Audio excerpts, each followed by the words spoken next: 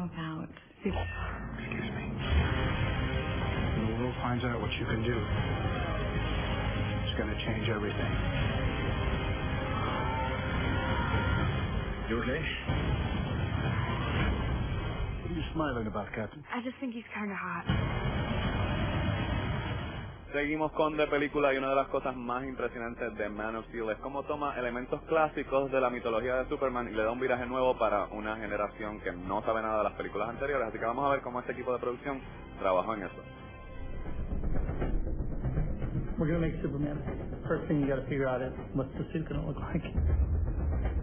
Cape has to be there.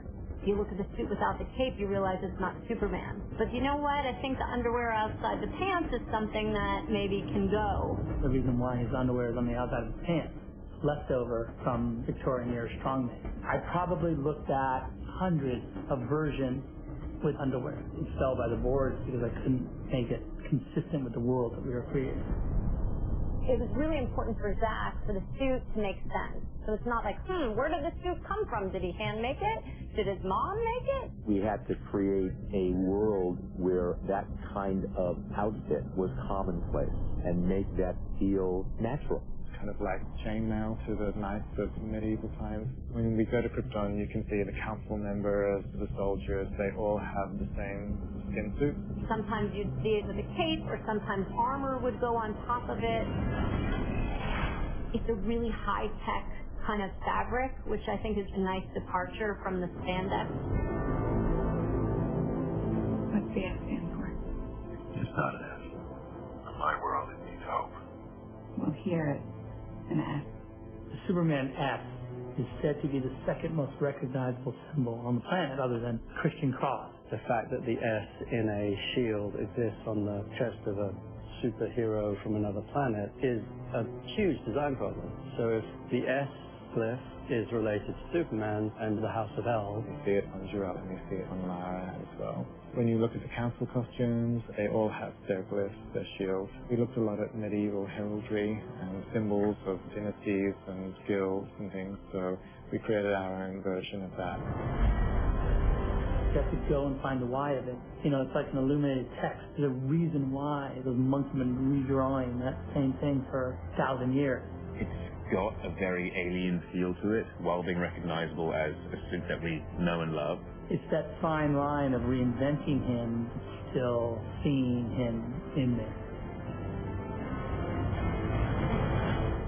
Bueno, estoy a minutos de mi entrevista de trabajo con el Daily Planet porque me dijeron que necesitaban un crítico de cine, así que vamos a ver cómo me va. Pero lo que sabemos es que donde está el Daily Planet está Lois Lane, y en esta película la nueva versión de ese personaje icónico es Amy Adams, y solo de película pudo hablar con ella.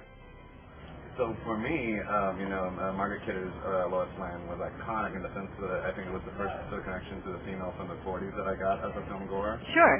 But now I feel she's your version of it, sort of represented. She was kind of like the exception to the rule in that world, but yours is kind of like representative of what women are in this modern world. I wonder if you feel that way. No, I agree. I think that she sort of represents a new vision of feminism, and like she's strong without being like masculine or dismissive. Like she's still kind and compassionate, and I also feel that I too grew up with Margot Kidder, so that's still kind of my Lois Lane, which is weird now that I'm playing Lois Lane.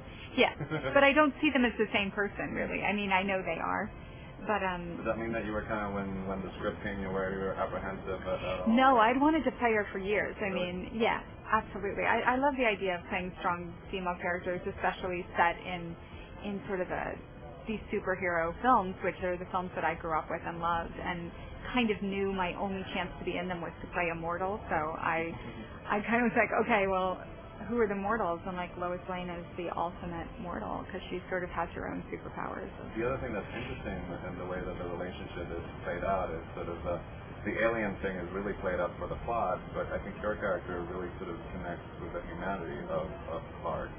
Yeah. Which is not what I remember from Lois Lane. She felt swoony for Superman. So I wonder if you enjoyed that as well. I did. I liked that it wasn't like, of course he's, a physical presence, as you mentioned before. Yeah, like even you couldn't ignore it. But I mean, she's looking past that. She's looking for a story, but he does present truth like she stands for truth, and that's in her mind. She's willing to kind of overlook all sorts of morality to get to truth.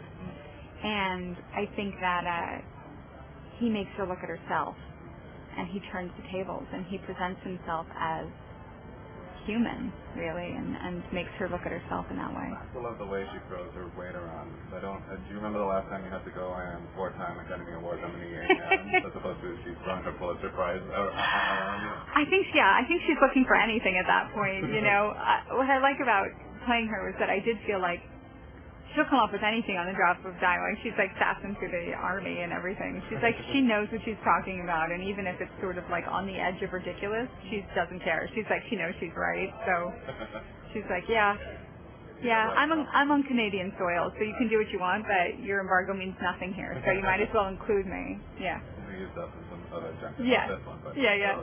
But the other thing is, did you feel, because everybody was doing a new version of the characters, for example, with Henry, I don't know if you talked about it, did you feel like everybody was sort of an even ground, and we're all in this together type of... I did feel like that. I mean, really it started with, I didn't read the script before I was cast because it was all veiled in secrecy, so I had only done one scene with Henry, and I knew just from the scene and the experience of speaking with Zach that I was really interested to take this journey with these people because Henry had such a new take on it, and Zach's communication with me about what he wanted from the character, that he wanted her to be part of the solution, and that, you know, she wasn't exclusively a damsel in distress, although she definitely needed to be saved at times. I all felt like we were in it together, and we were really excited. And once I got the script, it was just so clear what they were after that it really just was exciting to get to sort of be a part of this reimagining. And, a long way from the doubt and any other thing. You were talking about Kill It in the Heels. How much do you think you were prepared for this sort of, because it feels like a gigantic sort of different experience filmmaking-wise. So. It definitely was a different experience. I mean, I've never held any weapon, I don't believe, on film. I'm trying to think if I have. But aside from that, just the creating what's not there, you know, it's like acting with a scene partner that has decided to go to lunch instead of do the opposite side of the camera work. That's what you feel like some of the time in these action sequences. But Zach was just so present and so like running around and really just letting you know what was happening. Like, oh, look over here now, there's an explosion! It's awesome. It's a lot of fun, and it was really fun. Yeah. Thank you. Nice talking to you as well. ¿Quieres taquillas para una función especial de Monsters University? Escribe ahora mismo a @guapa.tv que los primeros 3 emails se llevan pases cortesía de World Films. Déjalo en Guapa, que regresamos con más de Man of Steel y la exclusiva de Juanma con Henry Cavill.